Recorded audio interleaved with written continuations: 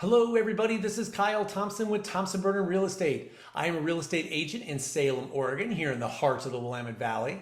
And it is now April of 2023, so it is time for my first quarter market report. We are now 1 year in from when the Fed started raising interest rates aggressively, but for the last quarter, rates have held pretty steady. So we're going to take a close look at the numbers and see how our local market is performing and what we can expect moving into the spring and summer market. So stay tuned.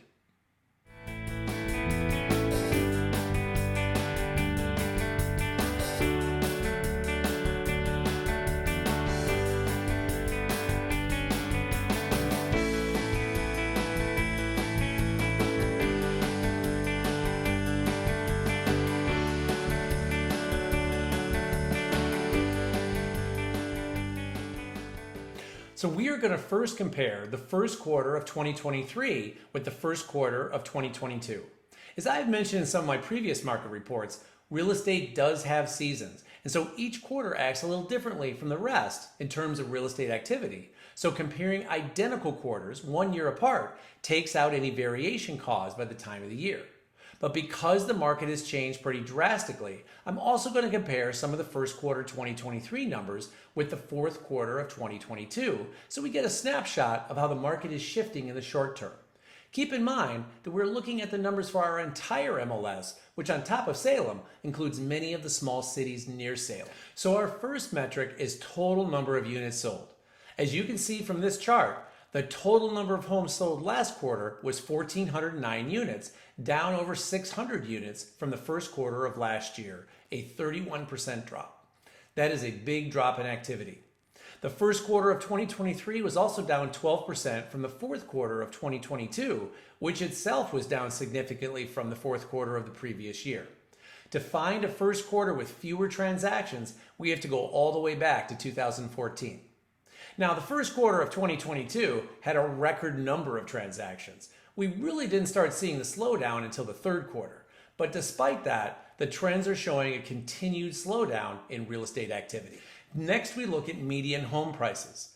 Median home prices have increased 3.5% to $425,000 over the first quarter of 2022. That marks a slowdown in the appreciation from the fourth quarter, which was up 9.6% over a year earlier. At 3.5%, home appreciation has now fallen below the historic average of home appreciation of around 4%. To put it another way, a 3.5% appreciation year over year is about what we would typically expect. Days on the market has increased significantly from a year ago. Days on the market has gone out to 73 days from 48 days from list to close. In the fourth quarter of 2022, the median days on the market was 68 days. So from the fourth quarter to the first quarter, there wasn't a lot of change, but 73 days is the highest number we have seen in 5 years. While it is not a significant outlier, one more quarter with a similar increase and it will start to stand out. Lastly, we're going to look at the absorption rate. Absorption rate is measured in the number of days it takes to drop to zero inventory. So if there is 30 days of inventory, if no new homes come on the market, in 30 days, inventory would drop to zero. In the first quarter, the absorption rate jumped up to 62 days from 10 days in the first quarter of 2022, an increase of over 600%. Now, an absorption rate of 10 days is a crazy low number, the lowest ever recorded, and a sign of a very unhealthy market. And remember, a balanced market where there are an equal number of buyers and sellers, you will see an absorption rate of around 180 days. So while a 600% increase year over year is very big, our starting point was the lowest inventory number in history, which skews the results. And this is where looking at the quarter over quarter data is useful.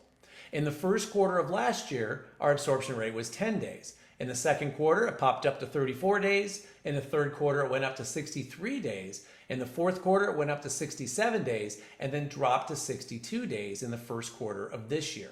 The absorption rate has flattened out and it really hasn't changed much now in 9 months.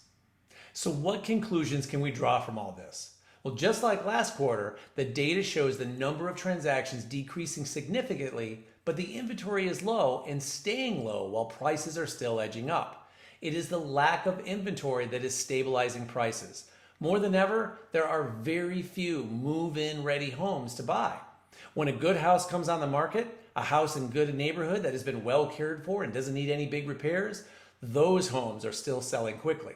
A house just down the street from where I live had 5 offers in the first 2 days, and it got bid up $25,000 over the asking price. But that house had gone through a recent significant remodel and needed nothing in terms of repairs or updates. Other homes in my neighborhood have been on the market for months, but those homes do need updates and repairs. Homes that are in need of updating or repairs of one kind or another, they are still sitting on the market. For buyers, if you are able to take on a fixer, you can negotiate some pretty good deals right now. But if you want a totally move-in ready home, be prepared to get into a small bidding war to get it. For sellers, if your home is dated or has some deferred maintenance, it could take some time to sell and probably a few price drops. One exception to this are acreage properties. Because acreage properties are so hard to come by statewide, they are still selling well. So when will this inventory problem resolve itself? Well, not for a bit, I'm afraid. We are now suffering the hangover of years of mortgage rates being held way too low. And as a result of that, home prices rising far faster than inflation and the historical average. Nobody is looking to trade their 3% mortgage for a 6.5% mortgage. Folks that need to downside are holding off. Folks that need to upsize are making do. Only people that have to sell are selling. Home prices will either have to fall from current levels or just not rise for a while the inventory comes back into balance. And that, folks, is my first quarter market report. If you liked what you saw here and want to see more, hit the subscribe button on your screen and you'll be alerted when my next video goes live. See you next time.